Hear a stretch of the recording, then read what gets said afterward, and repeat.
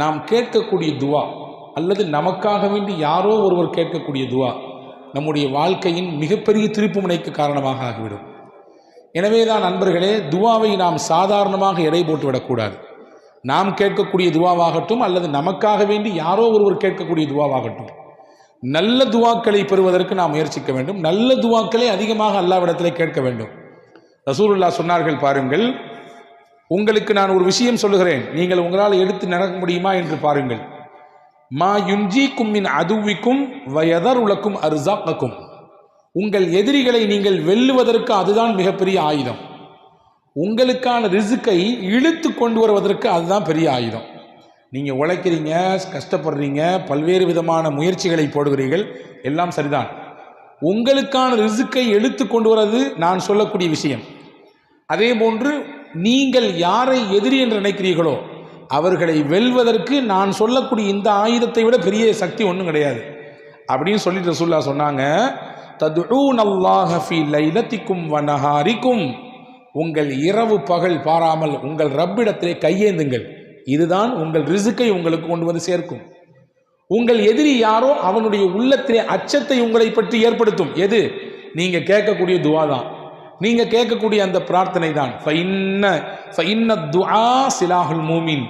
ஒரு மூமினுடைய பேர் ஆயுதம் எது என்றால் பிரார்த்தனை தான், துஆ தான் என்று பெருமானார் ஸல்லல்லாஹு அலைஹி வஸல்லம் கற்றுத்தந்தாங்க. எனவே அன்பர்களே, பல நேரங்களிலே துஆக்கள் நம் முன்னோர்களுக்கு மிகப்பெரிய திருப்புமுனையாக இருக்கிறது.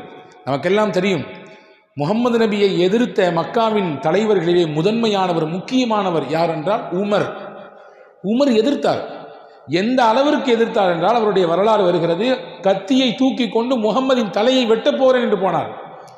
ஒன்று இந்த ஊரில் நான் இருக்க வேண்டும், இல்லது முகம்மது இருக்க வேண்டும். என்ன ஏடகணமாக பேசியிருக்காராமா, முன்னோர்களுடைய அந்த வழியை எல்லாம் தூற்றி பேசுகிறாராமா, அவரை நான் வெட்டப் போகிறேன் என்ற ஆவேசத்தோடு போனார். அந்த ஆவேசத்தோடு போன உமர் ஒரு செகண்ட்ல அவருடைய உள்ளம் மாறிச்சு. அவங்க தங்கச்சி வீட்டுக்கு வந்தாங்க, வந்து பார்த்தார்கள், குரானை பார்த்தார்கள். அங்கே ஓதப்பட்ட விஷயம் உள்ளத்தை மாற்றிச்சு. ரசூலுல்லாஹ் போய் சந்திச்சாங்க, இஸ்லாத்தை ஏற்றுக்கிட்டாங்க. அதற்கு பின்னால் இஸ்லாத்தினுடைய வளர்ச்சியிலே பெரும் பங்காற்றியவர் உமர் ரலியல்லாஹு அன்ஹு. இஸ்லாத்தை மக்காவிலே பகிரங்கப்படுத்தியதிலே முதன்மையானவர் சையதுனா உமர் ரலியல்லாஹு அன்ஹு. சரி, நான் கேட்குறேன், உமர் ரலியல்லாஹு அன்ஹு இந்த மனமாற்றத்துக்கு என்ன காரணம்? அவருடைய வாழ்க்கையினுடைய இந்த திருப்பு முனைக்கு என்ன காரணம்? ரசூலுல்லாஹ்வுடைய துஆ தான் காரணம். நபி ஸல்லல்லாஹு அலைஹி வஸல்லம் இப்படி துஆ செய்தார்கள், அல்லாஹும்ம அய்யிதுல் இஸ்லாம் பி அஹப்பி ஹாதைனிர் ரஜுலைனி இலைக்க. யா அல்லாஹ், நான் 2 பேரை இப்படி சுட்டி காட்ட போகிறேன். இந்த 2 பேரில் உனக்கு யாரை பிடிக்குமோ அவரை கொண்டு இந்த சத்திய இஸ்லாத்தை நீ பலப்படுத்துவாயாகன்னு சொன்னாங்க ஸல்லல்லாஹு அலைஹி வஸல்லம். 2 பேர் ரசூலுல்லாஹ் சுட்டி காட்டினாங்க. யாரு? ஒன்று உமர், இன்னொரு அபுல் ஹிக்கம், அதாவது அபு லஹப். இந்த 2 பேர்ல உனக்கு யாரை பிடிக்குமோ அவரை கொண்டு இந்த சத்திய இஸ்லாத்தை நீ பலப்படுத்துவாயாக என்று துவா செய்தார்கள். நேத்து துவா செய்தார்கள், இன்னைக்கு உமர் இஸ்லாத்தை ஏற்றுக்கிட்டார்.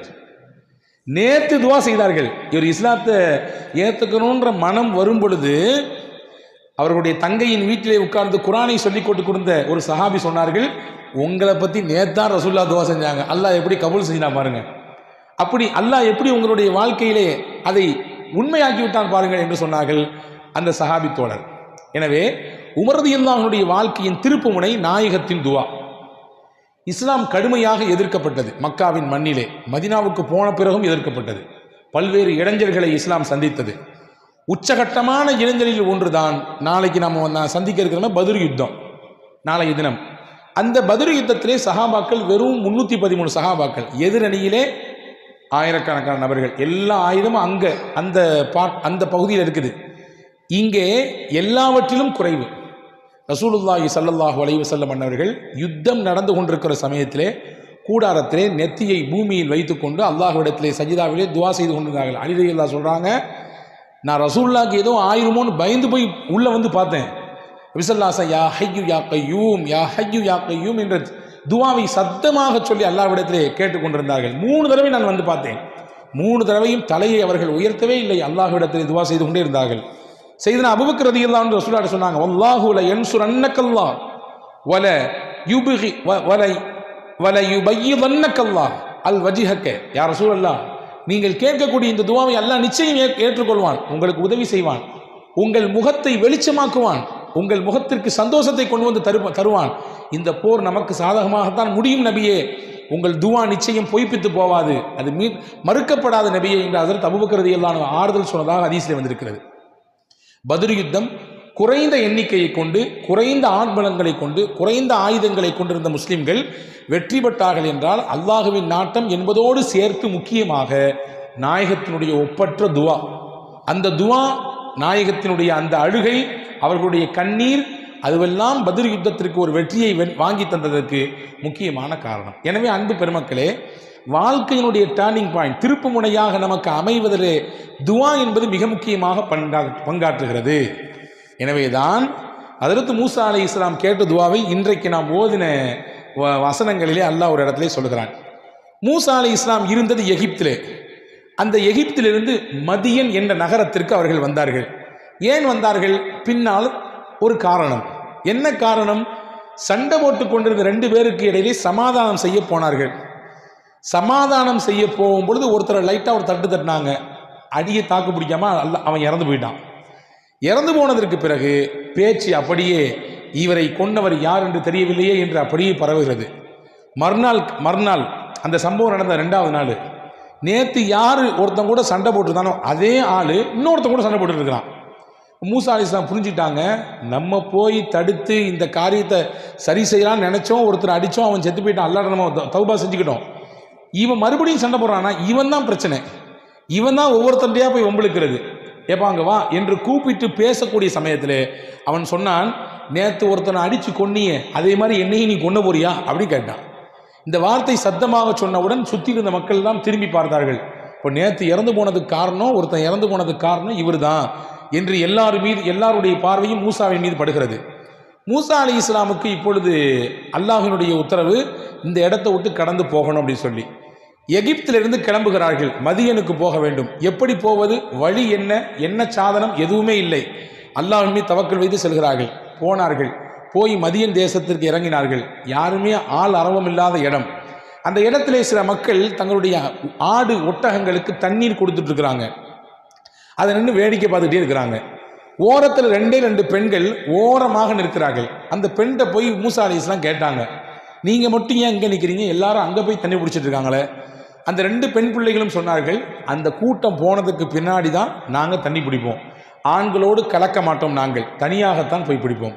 சரி, வேற எதுவுமே கிணறே இல்லையா? அங்கே தண்ணி பிடிக்கிறதுக்கு இருக்குது, ஒரு பாலடைந்த கிணறு. அந்த கிணத்தினுடைய மூடியை திறக்கிறதே ரொம்ப கஷ்டம். எங்கே இருக்குது காட்டுங்க. நேராக மூசா அலைஹிஸ்ஸலாம் போனாங்க. அந்த கிணற்றின் மூடியை அப்படியே தூக்கி எடுத்து தண்ணீரை பிடித்து அந்த பெண்கள் இருவருக்கும் ஊற்றி கொடுத்து அனுப்பிவிட்டார்கள்.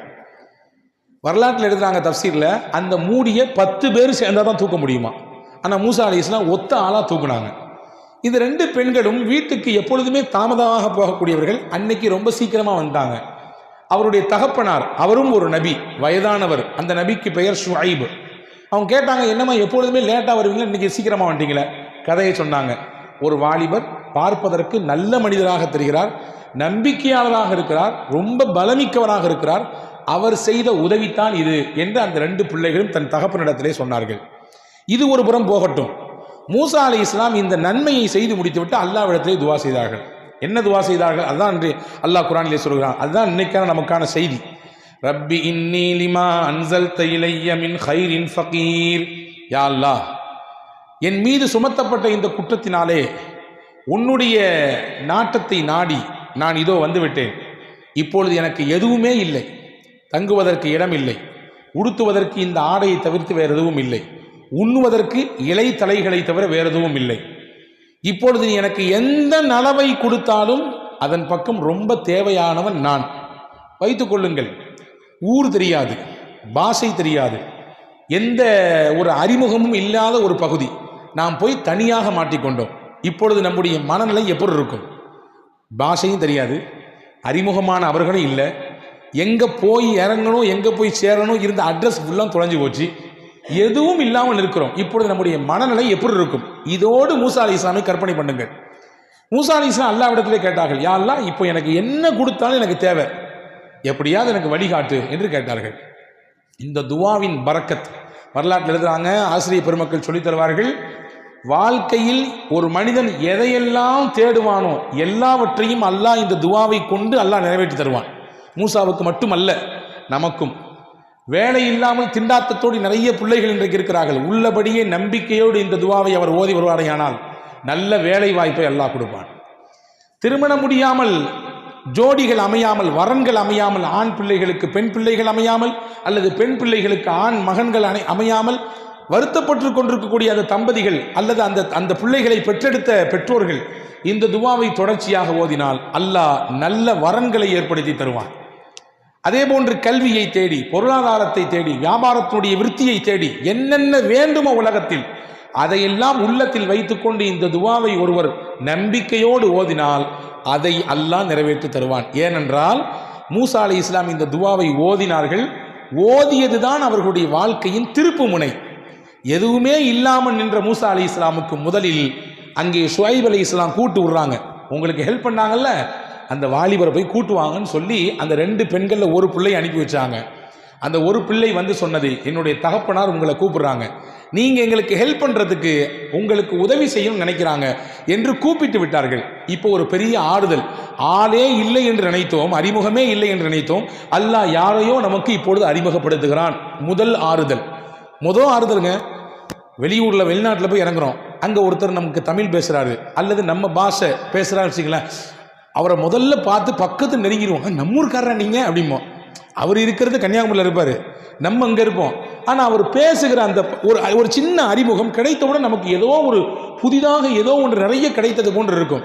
மூசா அலைஹிஸ்ஸலாமுக்கு அது கிடைத்தது. போனார்கள். போன உடனே விவரத்தை ஃபுல்லாக சொன்னாங்க, நான் இப்படி வந்தேன்னு சொல்லி. சரி பரவாயில்ல, நீங்கள் இங்கே தங்கலான்னு சொன்னாங்க. 2வது இடம் கிடச்சி போச்சு. மட்டும் இல்லை, உங்களுக்கு நான் வேலை கொடுக்குறேன்னு சொன்னாங்க ஹஜ்ரத் ஷுஐப் அலைஹிஸ்ஸலாம். என்னுடைய வீட்டிலே நீங்கள் வேலை செய்யலாம், 8 ஆண்டுகள் வேலை செய்யலாம். வேலை செய்தால் அதோடு மட்டும் உங்களை நிப்பாட்ட மாட்டேன், உங்களை என் மருமகனாக ஆக்கிக் கொள்கிறேன், உங்களுக்கு கல்யாணம் முடிச்சு தருகிறேன். என்னுடைய 2 பிள்ளைகளில் ஒன்றை சொன்னார்கள். திருமணமானது. வரலாற்றில் எழுதுறாங்க, இந்த மதியன் தேசத்திற்கு மூசா அலைஹிஸ்ஸலாம் வரும் பொழுது வெறும் மூசாவாக வந்தார். மதியனை விட்டு மறுபடியும் எஜிப்துக்கு திரும்பி போகிற பொழுது மூசா ரசூலுல்லாவாக போனார், இறைவனின் தூதராக போனார். இது ஏன் கிடைத்தது? இந்த துவாவினுடைய பரக்கத். எனவே அன்பு பெருமக்களே, ஒரு மகத்தான துவா மூசா அலைஹிஸ்ஸலாம் ஓதிய துவா. இந்த துவாவை ஓதியதினால் அல்லாஹ் எல்லா விதமான வளங்களையும் ஹஜ்ரத் மூசா அலைஹிஸ்ஸலாமுக்கு கொடுத்தான். அங்கே தங்குவதற்கு இடம் கொடுத்தான், அவர்களுக்கு உணவு கொடுத்தான், அவர்களுடைய தேவை பூர்த்தியானது, அவர்களுக்கு நிக்காஹ் நடந்தது. எல்லாவற்றையும் இந்த துவாவை வைத்து அல்லாஹ் மையப்படுத்தினான். எனவே தான் நான் சொன்னேன், சில துவாக்கள் இருக்கிறது, அந்த துவா தான் நம்முடைய வாழ்க்கையை இப்படியே புரட்டி போடும், நம்முடைய வாழ்க்கையினுடைய திருப்பு முனையாக, முன்னேற்றத்திற்கு காரணப்படியாக அது அமையும். அப்படி மூசா அலைஹிஸ்ஸலாமுடைய வாழ்க்கையில் நடந்த மிக முக்கியமான நிகழ்ச்சியை தான் சூரா கஸஸ் என்கின்ற இந்த அத்தியாயம் நமக்கு சொல்லித் தருகிறது. அன்பு பெருமக்களே, இந்த நிகழ்ச்சியிலிருந்து நான் உங்களுக்கு சொல்லக்கூடிய விஷயம் என்னவென்றால், எதை நாம் நாடி இருக்கிறோமோ, என்ன வேண்டும் என்று நாடி இருக்கிறோம், நம்ம பிள்ளைக்கு நல்ல ஒரு எதிர்காலம் அமையணும், வீட்டை கட்டி முடிக்கணும், நம்ம பிள்ளைக்கு கல்யாணத்தை பண்ணணும், நம்ம வியாபாரத்தை முன்னேற்றப்படுத்தணும், என் பிள்ளைக்கு நல்லா படித்து முடிச்சிருக்காரு, ஒரு வேலை வாய்ப்பு அமையணும், நல்ல கல்வியில் உயர்ந்து நிற்கணும், எது உண்டோ அதை உள்ளத்தில் ஆழ் மனதில் விதைத்து நம்பிக்கையோடு இந்த துவாவை ஓதி வந்தால் நிச்சயம் அந்த காரியத்தை அல்லாஹ் கைகூட செய்வான் என்பதை அறிஞர்களும் வரலாற்று ஆசிரியர்களும் திருக்குர்ஆனுடைய விரிவுரையாளர்களும் சொல்லித் தருகிறார்கள். அப்படிப்பட்ட மகத்தான துவா இன்று ஓதப்பட்டது. அன்பு பெருமக்களே, இந்த துவாவை நாம் உள்வாங்கிக் கொள்வோம். ரொம்ப சுருக்கமான வார்த்தைகள். ரப்பி இன்னி லிமா அன்சல்த இலைய மின் ஹைரின் ஃபகீர். மொத்தமே ஒரு 6 அல்லது 7 வேர்ட்ஸ். இன்னைக்கு பரீட்சைகள் நடந்து கொண்டிருக்கக்கூடிய காலம் இல்லையா, பப்ளிக் எக்ஸாம் நடக்குது நம்முடைய பிள்ளைகளுக்கெல்லாம், அவங்களுக்காண்டி நம்ம துவா செஞ்சு அனுப்பலாம். துவா என்பது இருக்கிறதே நமக்கு மட்டுமாக சுருக்கி கொள்ளக்கூடாது, பரந்துபட்ட பார்வையில் கேட்க வேண்டும், எல்லோருக்கும் கேட்க வேண்டும். அப்படி கேட்டால் என்ன நடக்கும்? நம் தேவை சாதாரணமாக நிறைவேறும். ரசூலுல்லாஹ்விடத்திலே ஒரு சஹாபி வந்தார். ரசூலுல்லாஹ்விட முன்னால் உட்கார்ந்து இப்படி துவா செய், அல்லாஹும் மர்ஹம்னி வ முஹம்மதன் வலா துஷ்ரிக் ஃபீனா அஹதன். யா அல்லாஹ், எனக்கும் முகமது நபிக்கும் மட்டும் ரஹமத் செய்யி, வேற யாரும் கொடுத்துறாங்க அப்படின்னாரு. எனக்கும் முகமது நபிக்கு மட்டும் ரஹமத் செய்ய, வேறு யாரும் கொடுத்துறாருன்னார். ரசூல் ஸல்லல்லாஹு அலைஹி வஸல்லம் அவரை வந்து பக்கத்தில் ஒரு தட்டி, என்னப்பா இது துவால இப்படியா கஞ்சத்தனம் காட்டுறது, எல்லாத்துக்கும் விசாலமாக அல்லாஹ் ரஹமத்தை தரப்போறான், எல்லாம் தரப்போறான், இதில் என்ன நீ சுருக்கி கேட்குறா, எல்லாம் விசாலமாக கேள அப்படின்னு சொல்லி ஹஜ்ரத் ரசூலுல்லாஹி ஸல்லல்லாஹு அலைஹி வஸல்லம் சொல்லிக் கொடுத்ததாக வரலாற்று குறிப்பிருக்கிறது. எனவே ஹதீஸிலே வந்திருக்கிறது, ஒரு மனிதர் இன்னொரு சகோதரருக்காக வேண்டி துவா செய்தால் மலக்கை அல்லாஹ் நியமிப்பான். பக்கத்திலே நியமித்த அந்த மலக்கு சொல்வார், யா அல்லாஹ், இவர் இந்த நபருக்காகவே நீ துவா செய்கிறார், இவருக்கு நீ என்னவெல்லாம் கொடுப்பாயோ எல்லாத்தையும் கொடு. யா அல்லாஹ், இவர் இந்த மனிதரின் நோய் நீங்குவதற்காக வேண்டி கையேந்திருக்கிறார். யா அல்லாஹ், அவர் கஷ்டப்படுறாரு, கஷ்டத்தில் இருக்காரு, அவர் நோயில் அவதிப்படுறாரு, அவர் நோயை நீக்கிரு, அவருடைய கடனை நீக்கிரு, அவருடைய கஷ்டத்தை போக்கிரு என்று ஒருவர் துவா செய்தால் மலக்கு பக்கத்திலே உட்கார்ந்து சொல்லுவார், யா அல்லாஹ், அந்த கஷ்டத்தை, அந்த நோயை, அந்த சிரமத்தை இவருக்கு கொடுக்காத. ஏன்னா இவர் இன்னொருத்தர் கேட்டுட்டு இருக்காரு, இன்னொருத்தருடைய சிரமம் நீங்க கேட்கிறார், இவருக்கு நீ கொடுக்காதே அல்லாஹ் என்று மலக்கு சொல்லுவார் என்று ஹஸரத் ரசூலுல்லாஹி ஸல்லல்லாஹு அலைஹி வஸல்லம். எனவே துஆ இருக்கிறது மகத்தான ஆயுதம். எக்கச்சக்கமான நபிமார்கள் துஆவை கொண்டுதான் இந்த சமூகத்திலே மிகப்பெரிய மாற்றத்தை ஏற்படுத்தியிருக்கிறார்கள். இன்னைக்கு இருக்கக்கூடிய காலகட்டத்திலே முஸ்லிம் உம்மத் செய்ய வேண்டிய பிரதான விஷயம் துஆ. நம்முடைய நாடாகட்டும் அல்லது முஸ்லிம்கள் பாதிக்கப்படக்கூடிய பல நாடுகளாகட்டும், இங்கிருந்து நாம் என்ன செய்ய முடியும்? துஆ தான் செய்ய முடியும். உருக்கமாக அல்லாஹ்விடத்திலே கையேந்தி கேட்கிற பொழுது, அதுவும் இந்த ரமதானுடைய காலங்களிலே கேட்கிற பொழுது அதற்கு பதில் மிக விரைவாக கிடைக்கும். மூசா அலைஹிஸ்ஸலாமின் வரலாறும் அதை தான் நமக்கு சொல்லித் தருகிறது. வல்ல ரஹ்மான் அல்லாஹ் இதுபோன்றுண்டான நல்ல துஆக்களை உள்வாங்கிக் கொண்டு நம் வாழ்க்கையிலே எடுத்து நடக்கக்கூடிய நல்ல பாக்கியத்தை அல்லாஹ் உங்களுக்கும் எனக்கும் எல்லா மக்களுக்கும் அல்லாஹ் வழங்குவானாக.